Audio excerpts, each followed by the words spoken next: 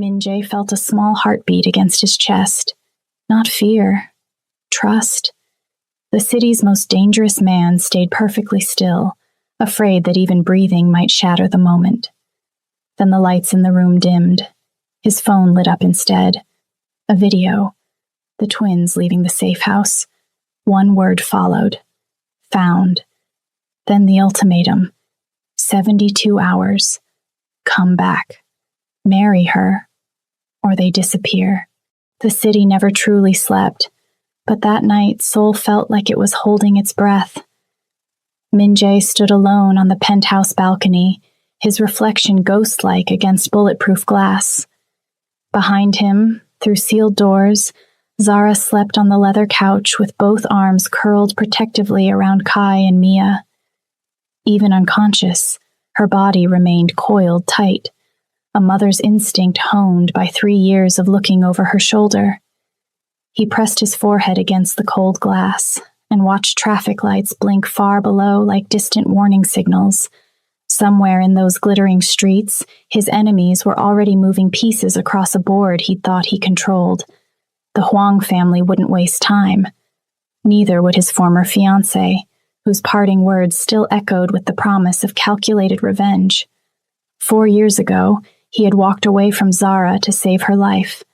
Tonight, staring at his fractured reflection, Min-jae realized something far worse. He hadn't escaped his past. He had only delayed the moment it came for his children. Before we dive deeper into this nightmare, make sure you hit that subscribe button, because what happens next will shock you. This family is about to learn that some prices are too high to pay, and some debts can never be settled. You won't want to miss a single moment. Dawn broke over Seoul with deceptive gentleness, soft light filtering through reinforced windows. Kai woke first, sitting up slowly and blinking at unfamiliar surroundings. His small hands rubbed sleep from eyes that were already learning to assess threat levels no 3-year-old should understand. He looked around at the tall ceilings, the armed men positioned discreetly near doorways, the expensive furniture that felt cold despite its luxury. "Mommy," he whispered, tugging her sleeve. "Is this a hotel?" Zara stirred immediately, that particular alertness of mothers who never fully sleep. "Something like that, baby." Mia pressed closer, thumb finding its way to her mouth, eyes still heavy with exhaustion. "I don't like it here. It smells wrong." "I know, sweetheart. We'll leave soon."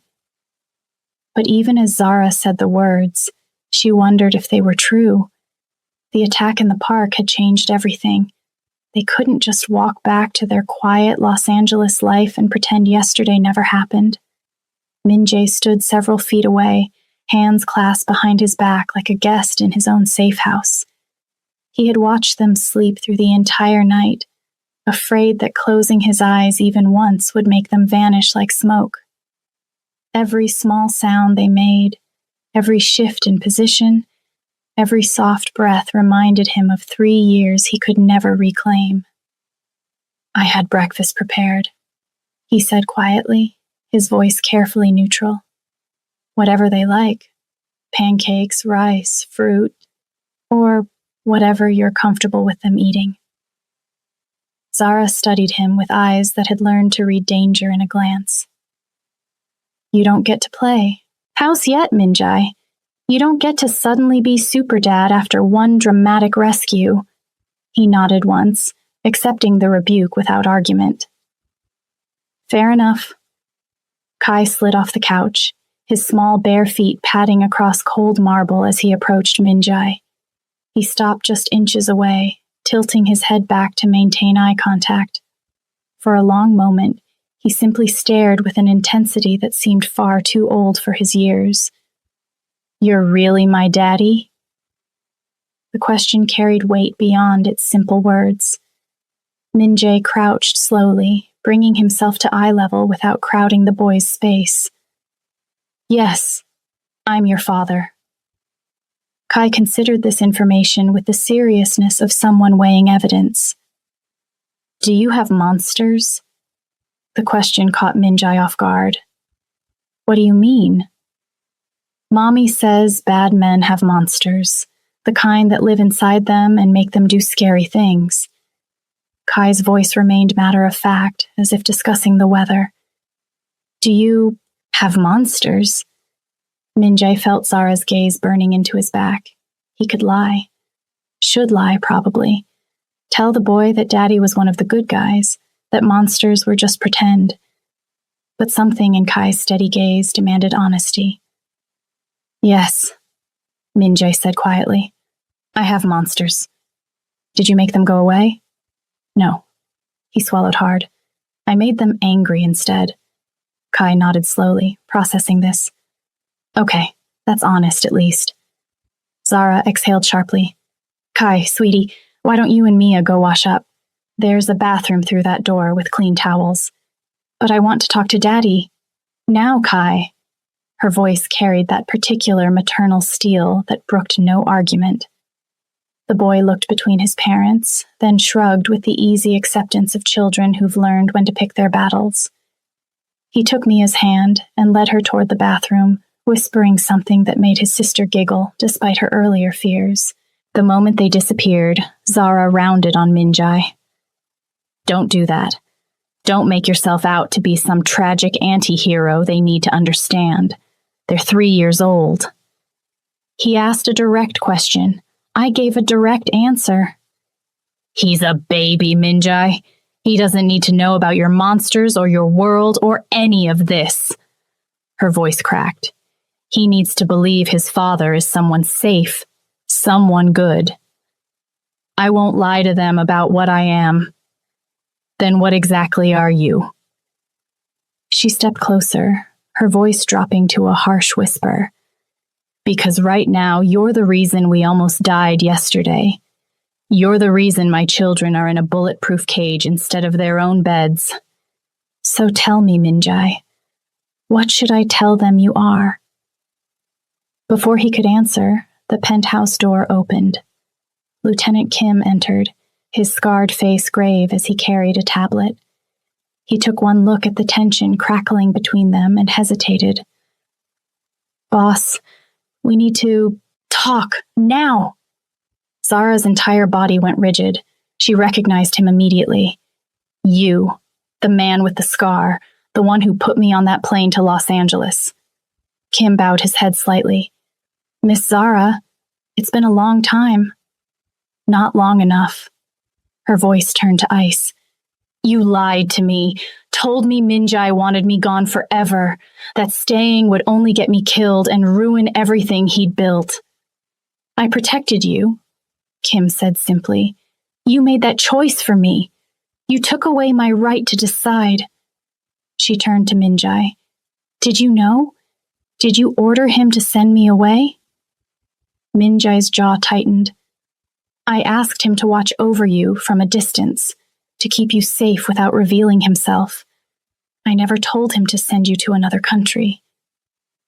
Zara's laugh was bitter. So, this is what your protection looks like. Lies and manipulation and armed guards. Kim cleared his throat.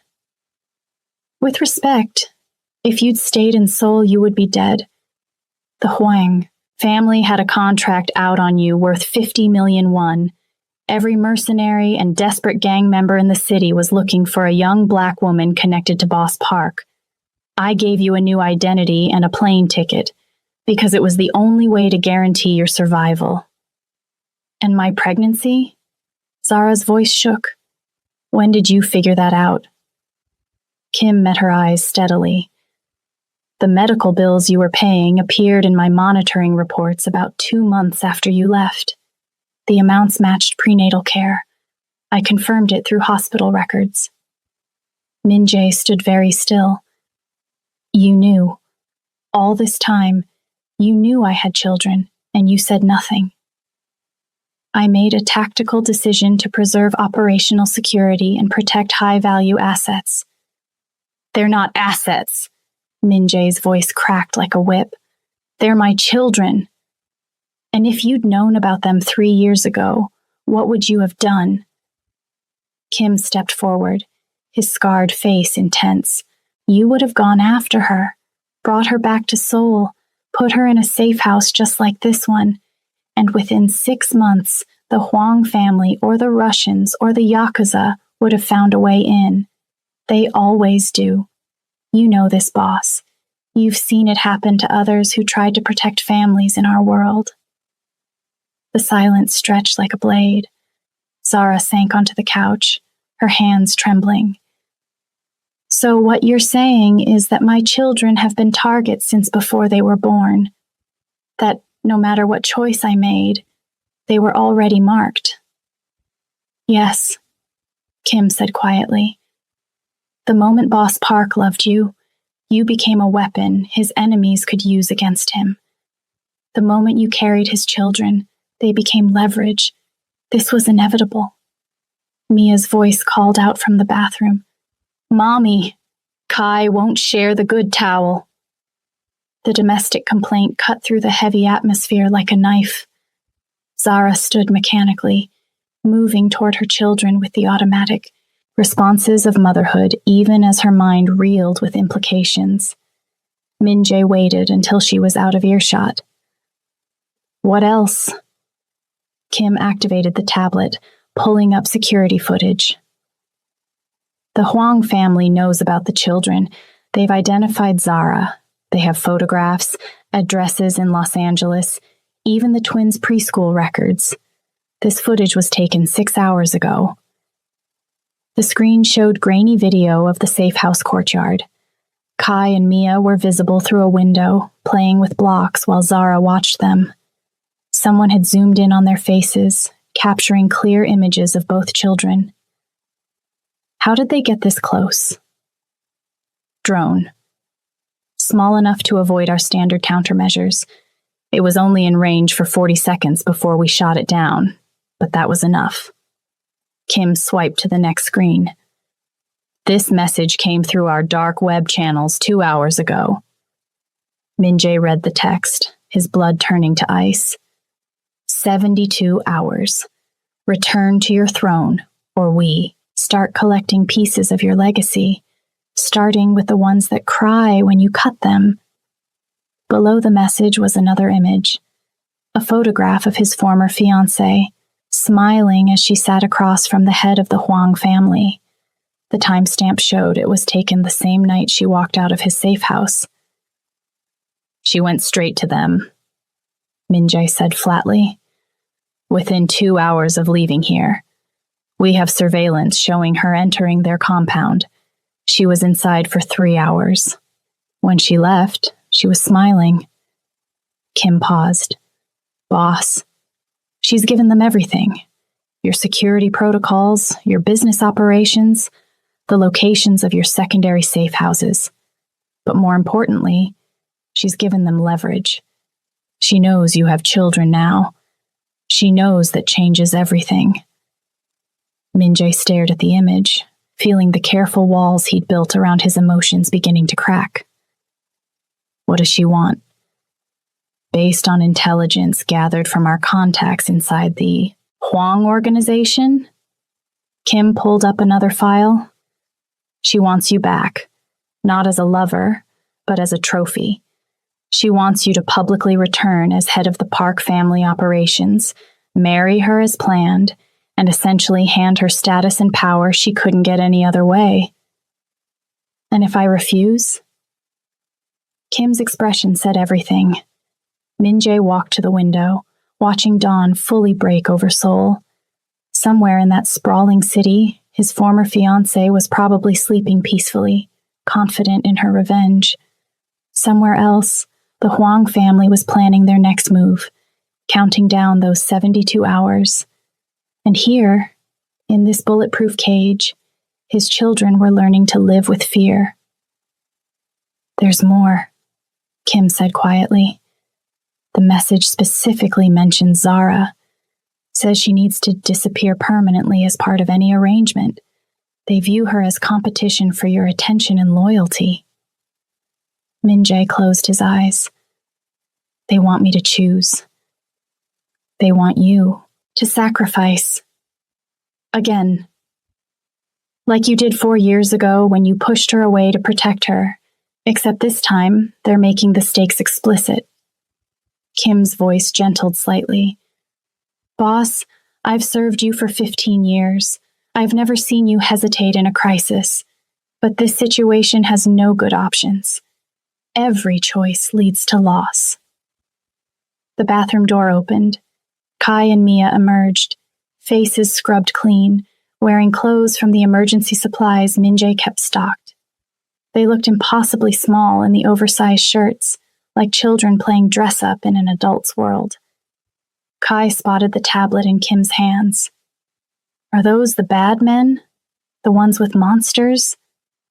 Kim quickly darkened the screen, but not before the boy caught a glimpse of text and images. His young face went still in a way that broke Minjae's heart. Just work stuff, little man, Kim said, forcing his scarred face into something approximating a smile.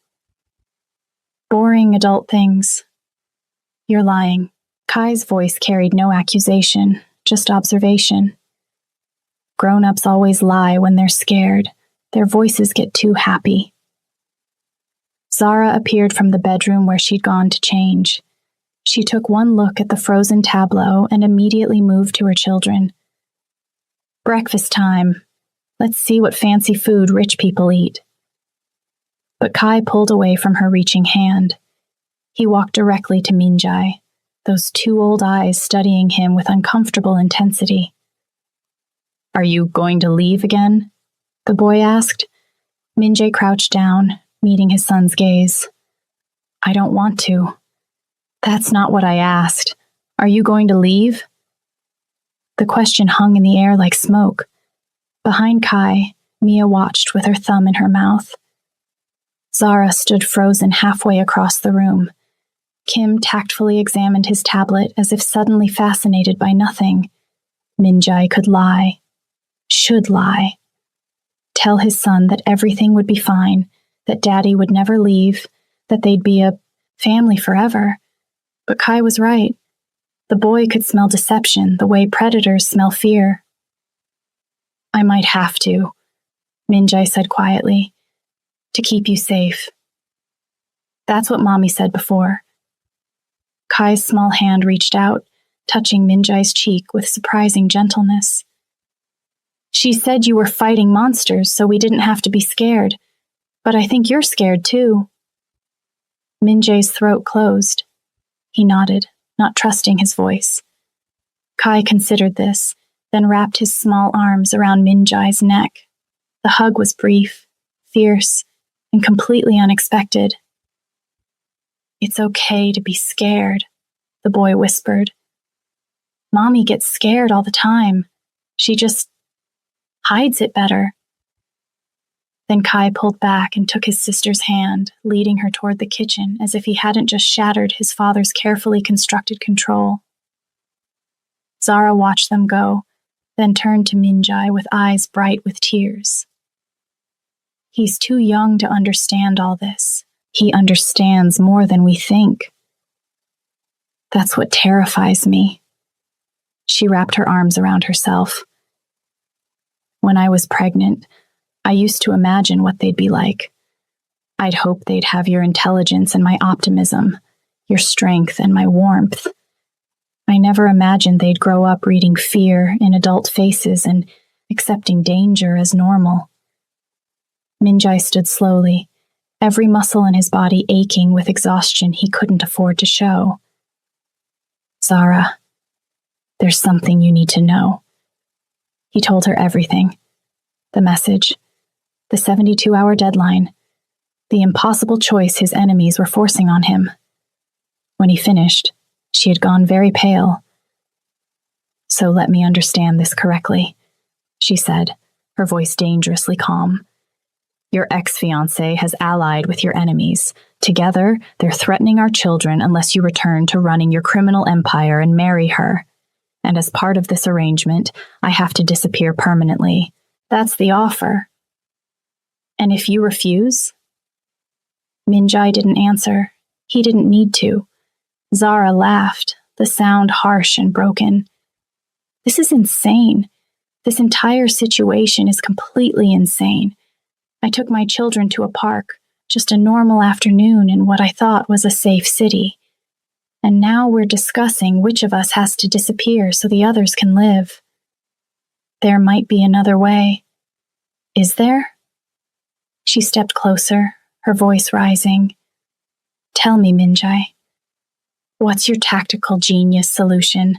Because I've been living in your world for the past 24 hours, and I've learned something important. Your world doesn't negotiate. It doesn't compromise. It only understands power and fear and violence. From the kitchen, Mia's voice called out uncertainly, Mommy, why are you yelling? Zara immediately modulated her tone. Sorry, baby. Mommy's just having a grown-up conversation. Everything's fine. But everything wasn't fine, and they both knew it. Kim cleared his throat gently. Boss, we have 69 hours remaining on their deadline. I need your decision on how to proceed. Minjay looked at the man who'd served him longer than anyone. What would you do? I'd kill everyone involved and salt the earth where they stood, Kim said matter-of-factly. But that approach would start a war that would consume half of Seoul's underworld. Your children would grow up with targets on their backs for decades, so that's not a viable solution. Then what is? Kim met his eyes steadily. You already know, boss. You've known since the moment you saw that message. There's only one move that protects everyone you love. Minjay did know. Had known from the instant he read the ultimatum. The realization sat in his chest like lead, heavy and cold and inevitable. He had to go back, had to reclaim his throne in the underworld, had to marry his former fiancée and play the role they demanded, had to send Zara and the children away again, this time forever. It was the only way to keep them alive. No, Zara said suddenly. Both men looked at her. No, she repeated, her voice stronger. I won't let you do this. I won't let you sacrifice yourself again. You don't have a choice. Neither do you. She moved toward him, fury and fear warring in her expression. You think I'll just take our children and disappear? Let you martyr yourself while we live in hiding forever? That's not protection, Minjai. That's prison. It's life, which is more than they'll have if I refuse. Then we fight back. We find another way. There is no other way. His voice cracked with the force of suppressed emotion. Do you think I want this? Do you think I want to walk away from my children again? To send you into hiding knowing I'll probably never see any of you again? But this is the only path that doesn't end with you all dead. The penthouse fell silent, except for the soft sounds of the children playing in the kitchen, blissfully unaware that their entire future was being decided in the next room. Zara's hands trembled as she pressed them against her face. There has to be another option. There has to be something we're not seeing. I've been analyzing this for hours, Kim interjected quietly. Every scenario I run ends the same way. The Huang family has positioned themselves perfectly. They know Boss Park's weakness now. They'll exploit it until they get what they want. Then we disappear, Zara said desperately. All of us. New identities, new country, completely off the grid. You have resources, right? Money, connections, people who can make us vanish? Minjai shook his head. They found you once. They'll find you again. And next time, I won't be there to stop them. So this is it?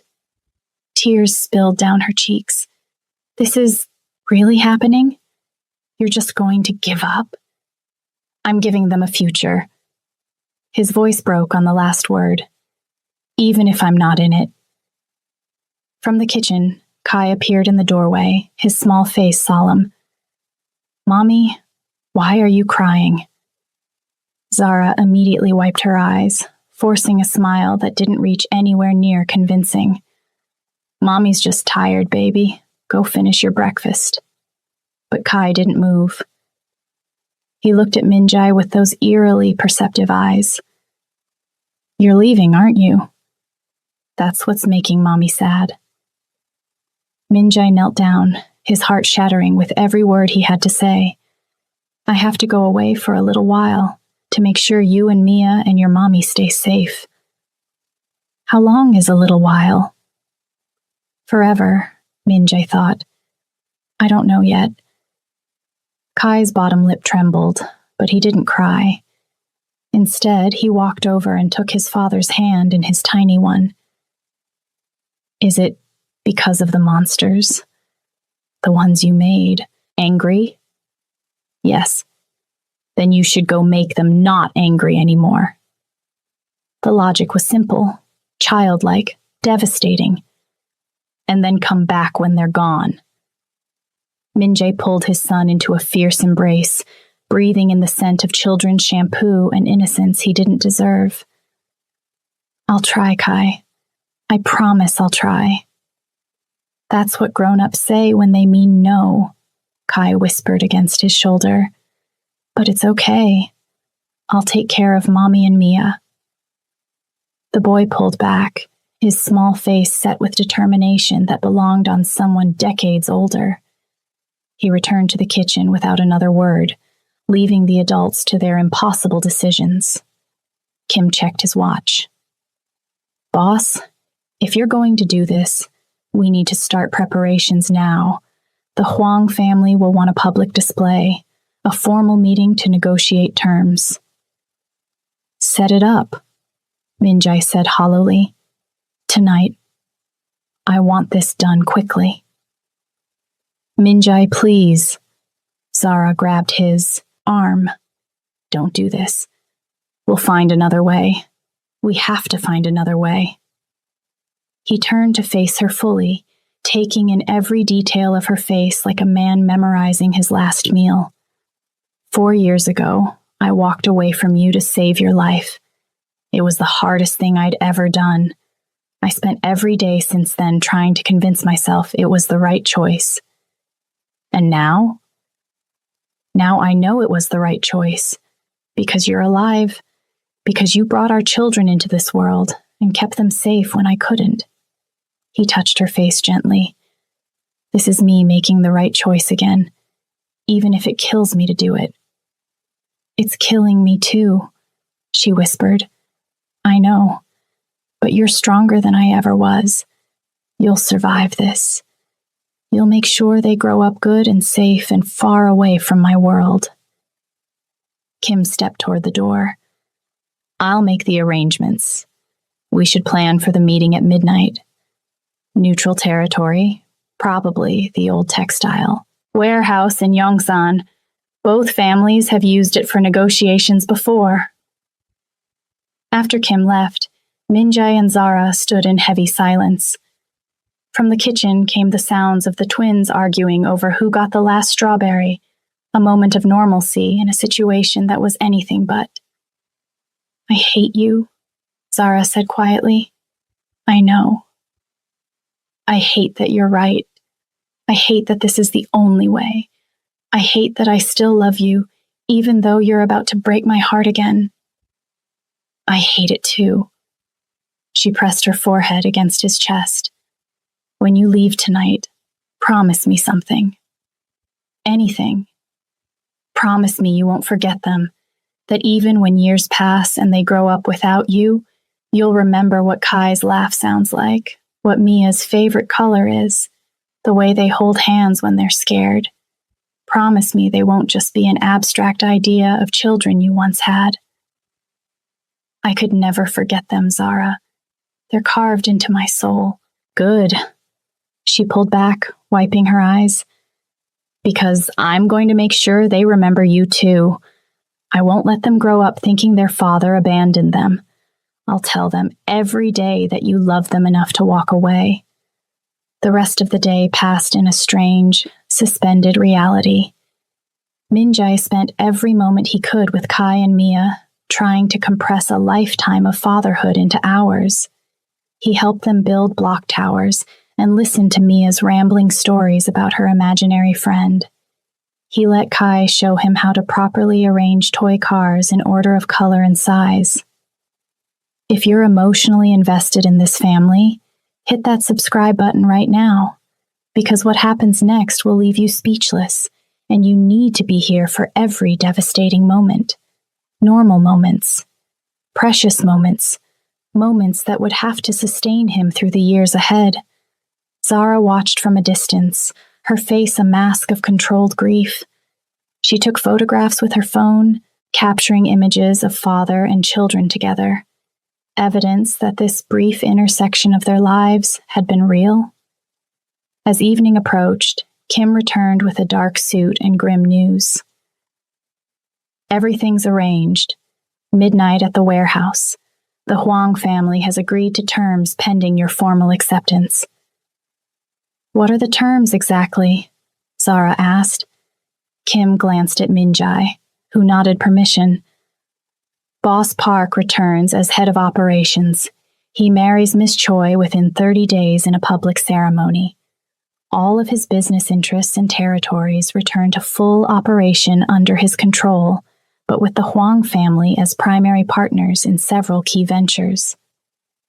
And Miss Zara and the children receive new identities and relocation to a country of their choosing, with the understanding that any contact with Boss Park results in immediate termination of the agreement. Termination, Zara repeated bitterly. Such a polite word for murder. It's the language they use, Kim said without apology. Minjai checked the time. 8 hours until midnight. 8 hours until he walked into that warehouse and signed away everything that mattered. I need to speak with my children, he said. Alone. Zara nodded, though her eyes glistened with fresh tears. I'll be in the bedroom. Take all the time you need. Kim excused himself to coordinate security arrangements, leaving Minjai alone with Kai and Mia. They sat on the floor surrounded by toys, looking up at him with matching expressions of curiosity mixed with wariness. Minjai settled onto the floor with them, his expensive suit wrinkling against the carpet. For a long moment, he simply watched them exist. The way Mia tucked her hair behind her ear when she concentrated. The way Kai bit his lower lip when arranging toys in precise patterns. I need to tell you both something important, he began. Mia climbed into his lap immediately, settling against his chest like she'd done it 1,000 times before. Kai remained where he was, but his eyes never left his father's face. I have to go away tonight, Minjai continued, his voice steady despite the storm inside him. And I'm going to be gone for a very long time. How long? Mia asked. I don't know, baby girl. Maybe years, maybe longer. Will you come back? Her small hand clutched his shirt. Minjai forced himself to be honest. I'm going to try very hard, but I need you both to understand something. I'm leaving because I love you. I know that doesn't make sense right now. You're going to be angry with me. You're going to miss me. You might even hate me sometimes. I won't hate you, Mia said immediately. Me neither, Kai added quietly. Maybe not now, but when you're older, when you don't remember my face clearly anymore, you might wonder why I left. You might think I didn't love you enough to stay. He pulled Mia closer, reaching out to take Kai's hand. But I need you to always remember this moment. I need you to remember that your daddy loved you more than anything in the entire world, more than power, more than money, more than his own life.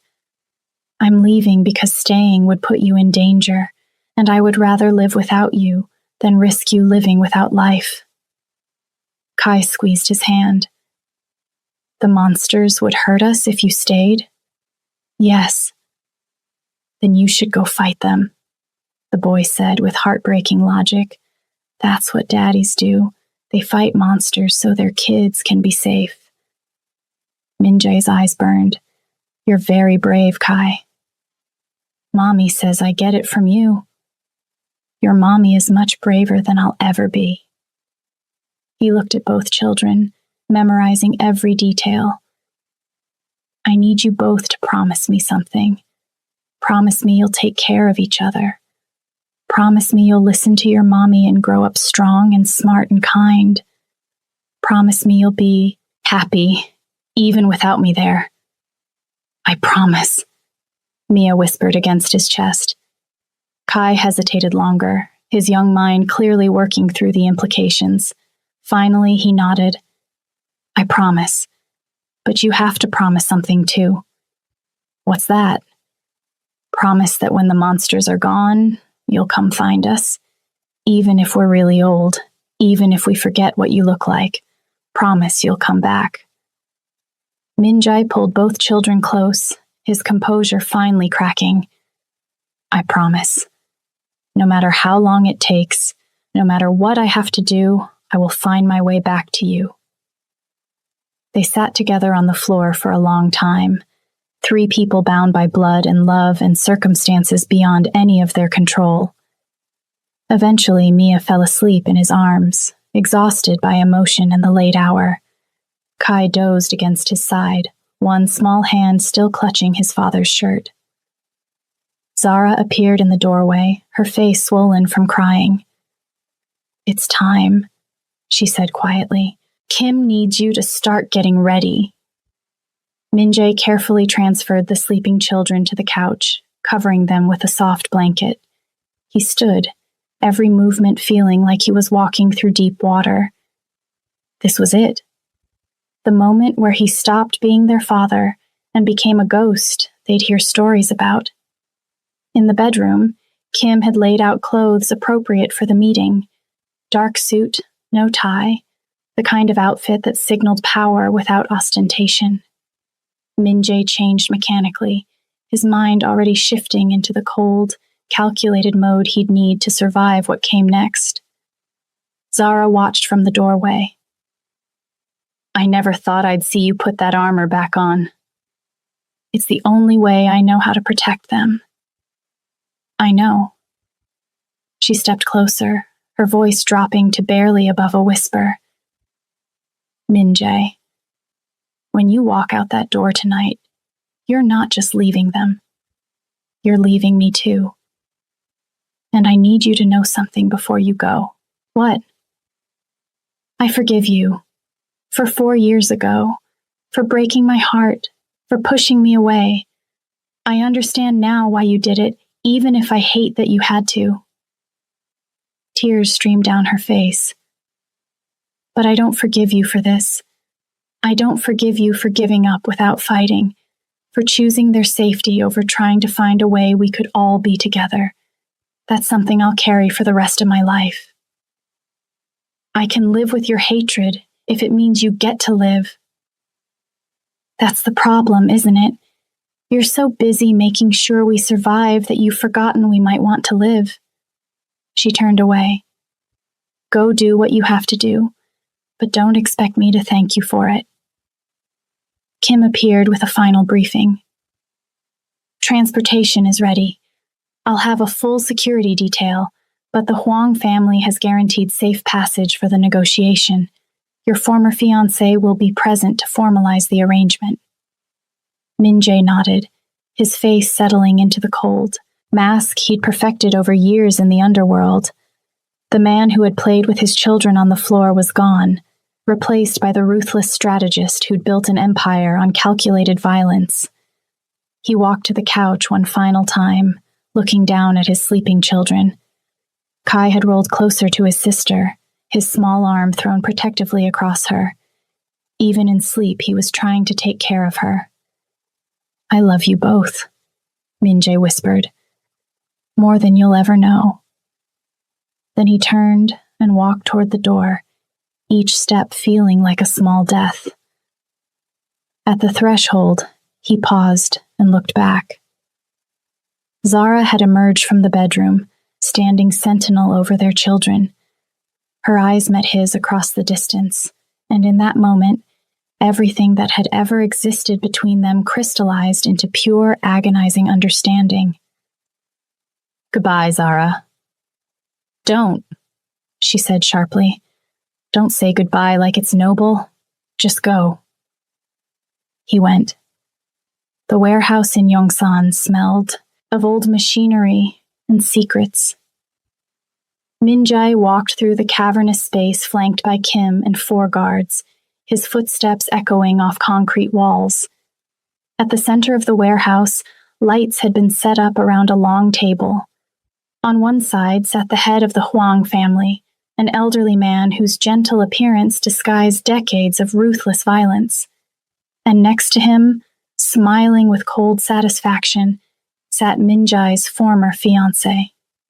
She had dressed for the occasion in white, the color of mourning in Korean tradition. Her makeup was perfect, her posture impeccable. She looked like a woman who had already won. "Min-jae," she said warmly, as if greeting an old friend. "I'm so glad you came to your senses." He sat across from them without responding, his face carved from stone. The head of the Huang family gestured to documents spread across the table. "Everything is as we discussed.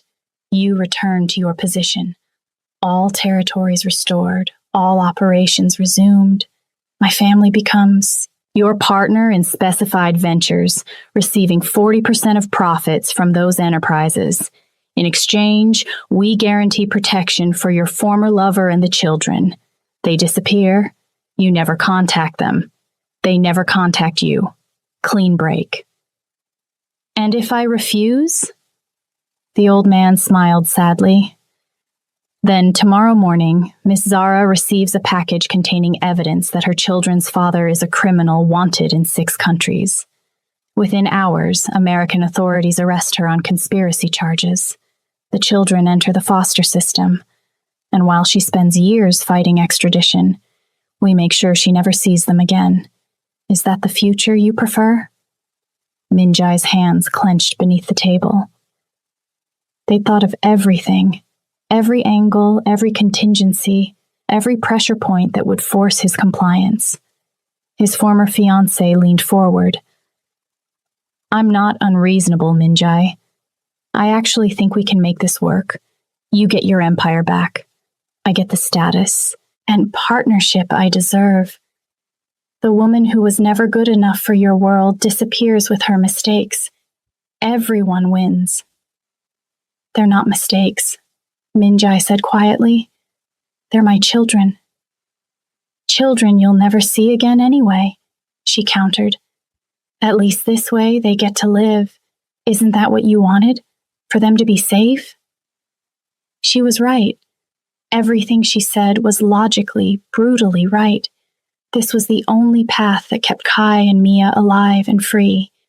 This was the sacrifice their safety demanded. Min-jae reached for the pen. He married Yuna, not out of love, but obligation and his children's safety. 3 years later, Min-jae ruled again. The city whispered his name the way it once had, quietly, fearfully, with respect edged in terror. His empire was larger, colder, more efficient than before. He made no mistakes, took no unnecessary risks, because he could not afford to. His children grew without him. Kai stopped asking why his father never came to birthdays. He learned early that questions only led to disappointment. Mia kept waiting. At first, she sat by the window every night, then only on weekends. Eventually, only when she was sad and didn't know why. Zara told them stories instead. She said their father was far away fighting bad men so they wouldn't have to be scared. She said he loved them more than anything, even if he couldn't be there. Some nights she believed it. Some nights she cried after they fell asleep. Min-jae watched them from a distance. Birthdays, school entrances, first scraped knees, all through surveillance feeds and carefully timed glimpses that never lasted long enough for him to be seen. Then one night, the phone rang. Minjai answered immediately. "Daddy?" Kai's voice was older now, steadier, but there was fear underneath it that made Minjai's blood run cold. "Kai, what happened?" "They took Mommy." The world narrowed. "And Mia?" "She ran. She told me to hide." "I don't know where she is." Minjai closed his eyes. "Listen to me," he said, voice deadly calm. "Where are you?" "A place with fish. It smells bad. There are men with tattoos. The Serpent Clan." Minjai stood slowly. "Stay hidden. Don't make a sound. I'm coming." He ended the call. The monster his children had grown up hearing about finally returned. And this time, he was coming home with blood on his hands. Minjai loaded his weapon. 10 men waited behind him. He spoke one sentence. "They touched my family." The engines roared. The war was coming. But this time, Minjai wasn't fighting alone. This time, he had something his enemies could never understand. He had love worth killing for. And that made him the most dangerous man in Seoul. Don't miss part 3, where everything explodes. Like, comment, and subscribe, because the war for this family's soul is just beginning, and nobody is walking away clean.